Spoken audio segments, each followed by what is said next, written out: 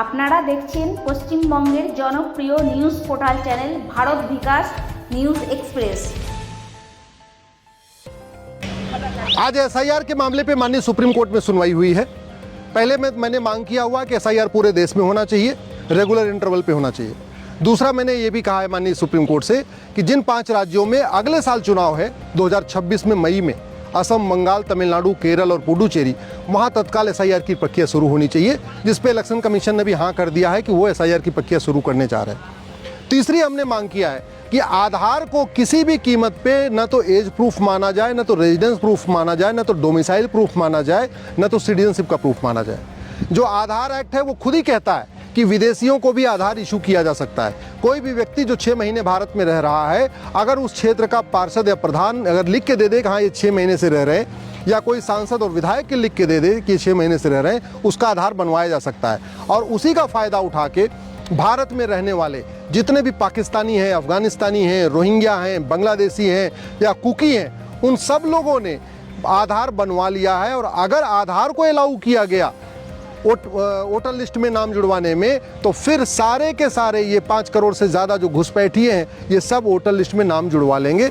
इसलिए मैंने माननीय सुप्रीम कोर्ट से कहा है कि जो पिछला 8 सितंबर वाला ऑर्डर है, जिसमें बिहार में 12वें डॉक्यूमेंट के रूप में आधार को अलाउ किया गया है, उस ऑर्डर को मॉडिफाई करना ज़रूरी है, उस ऑर्डर को रिकॉल करना ज़रूरी है, क्योंकि उस ऑर्डर का उपयोग करके बिहार में बड़े पैमाने पे जो रोहिंग्या रहते हैं, बांग्लादेशी रहते हैं, पाकिस्तानी रहते हैं, अफगानिस्तानी रहते हैं, वो सब अपना नाम जुड़वाने की कोशिश कर रहे हैं। वोटर लिस्ट में जुड़वाने के लिए 2 प्रूफ होना चाहिए। एक तो एज प्रूफ होना चाहिए कि हाँ वो व्यक्ति 18 साल का पूरा हो चुका है। दूसरा, रेजिडेंस का प्रूफ होना चाहिए कि वो उसी क्षेत्र में रहता है। कोई व्यक्ति सिटीजन है, लेकिन उसके अलावा ये भी प्रूफ करना पड़ेगा कि वो उसी क्षेत्र में रहता है, तभी उसका उस क्षेत्र में नाम जुड़ेगा।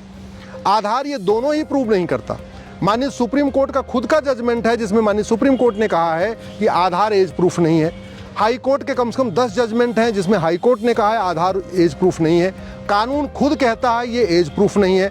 आधार अथॉरिटी ने 2022 में, 23 में, 24 में 3 अलग अलग नोटिफिकेशन इशू करके क्लेरिफाई किया है कि आधार एज प्रूफ नहीं है। तो फिर किस आधार पे आधार को उपयोग करके लोग वोटर लिस्ट में नाम जुड़वा सकते हैं? दूसरा, आधार रेजिडेंस का प्रूफ नहीं है, डोमिसाइल का प्रूफ नहीं है, सिटीजनशिप का प्रूफ नहीं है। तो आधार दोनों ही चीज़ें प्रूफ नहीं करता, ना तो एज को प्रूफ कर रहा है, ना सिटीजनशिप को प्रूफ कर रहा है। आधार सिंपल आइडेंटिटी को प्रूफ कर रहा है। आधार केवल ये बताता है कि हाँ भाई ये असली व्यक्ति है। चूंकि आधार में आंखों को स्कैन करते हैं, पंजे को स्कैन करते हैं, तो आंख और पंजे को स्कैन करके केवल ये देखा जाता है कि कोई डुप्लीकेट व्यक्ति कोई डुप्लीकेट व्यक्ति वो क्लेम न करे। मेरा आधार केवल ये बताता है कि हाँ मैं अश्विनी उपाध्याय हूँ, ये मेरा आधार है, ये मेरा आधार नंबर है।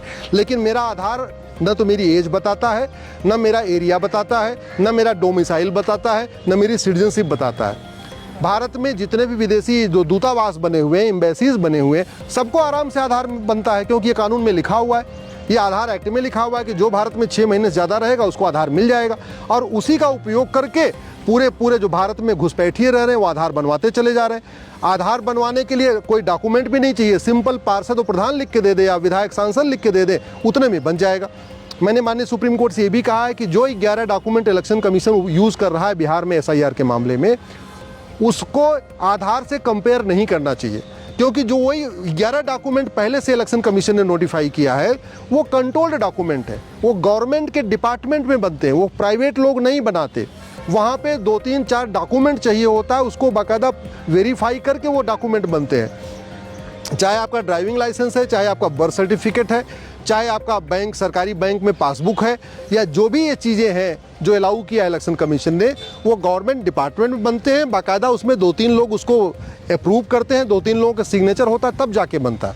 तो बाकी वो जो 11 डॉक्यूमेंट इलेक्शन कमीशन ने कहा, उसमें रिस्पॉन्सिबिलिटी भी है, अकाउंटेबिलिटी भी है। अगर कोई फर्जी डॉक्यूमेंट बन जाता है तो बाकायदा एफआईआर भी होता है, केस भी होता है। वहीं दूसरी तरफ आधार के मामले में ना कोई रिस्पॉन्सिबिलिटी है ना अकाउंटेबिलिटी है, क्योंकि आधार कोई गवर्नमेंट ऑफिस में बनता नहीं, गवर्नमेंट डिपार्टमेंट में बनता नहीं। आधार सिंपली कॉमन सर्विस सेंटर पे बनता है जो सड़क के किनारे बने हुए हैं। आधार प्राइवेट लोग बनाते हैं, उनका गवर्नमेंट एम्प्लॉई भी नहीं होते, वो कॉन्ट्रैक्ट एम्प्लॉई होते हैं, ठेके पे उनको रखा जाता है, उनको आधार का बनाने का टाइम दे दिया जाता है, कुछ कमीशन लेके वो आधार बनाते रहते हैं। आधार बनाने के लिए कोई डॉक्यूमेंट भी नहीं चाहिए, सिंपल पार्षद प्रधान का लेटर हेड चाहिए।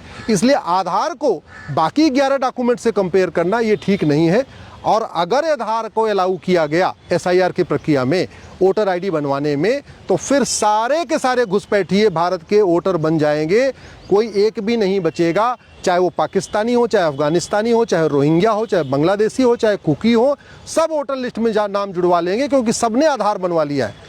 बड़े आराम से आधार 2-2 हज़ार रुपये में बनता है, कॉमन सर्विस सेंटर पे बनता है, पार्षद प्रधान बनवा रहे हैं। इसलिए इसको उसी के खिलाफ मैंने आज एक एप्लीकेशन फाइल किया था माननीय सुप्रीम कोर्ट में। मेरी उस एप्लीकेशन पे कि आधार अलाउ नहीं होना चाहिए, उस पे इलेक्शन कमीशन से जवाब मांगा है। इलेक्शन कमीशन अपना जवाब दे देगा तो मैं तत्काल इस पे अर्जेंट हियरिंग की मांग करूंगा और रिक्वेस्ट करूंगा माननीय सुप्रीम कोर्ट से कि जो उन्होंने 8 सितंबर का ऑर्डर था जिसमें आधार को 12वां डॉक्यूमेंट के रूप में बिहार में लागू किया है, उस ऑर्डर को रिकॉल करें, उस ऑर्डर को मॉडिफाई करें, नहीं तो पूरी की पूरी बिहार में एसआईआर की प्रक्रिया डिरेल हो जाएगी। और अगर पूरे देश में इसको अलाउ किया गया तो पूरे देश में डिरेल हो जाएगी। आज की डेट में 5 करोड़ फर्जी वोटर हैं भारत में, उसमें बहुत सारे ऐसे हैं जो इस दुनिया में नहीं है, बहुत सारे ऐसे हैं जिनका 3-3 4-4 जगह वोटर आईडी में नाम चल रहा है, और ज़्यादातर उसमें संख्या ये है वो बांग्लादेशी हैं, रोहिंग्या हैं, कुकी हैं, पाकिस्तानी हैं, अफगानिस्तानी हैं, जो गलत तरीके से भारत में घुसपैठ करके आए हुए हैं और वो आधार बनवा के अपना पूरा वोटर लिस्ट में नाम जुड़वाना चाहते हैं। इसलिए उनको रोकने के लिए ज़रूरी है कि इलेक्शन कमीशन बाकायदा सिटीजनशिप चेक करे और सिटीजनशिप चेक करने के बाद ही किसी का वोटर लिस्ट में नाम जोड़े।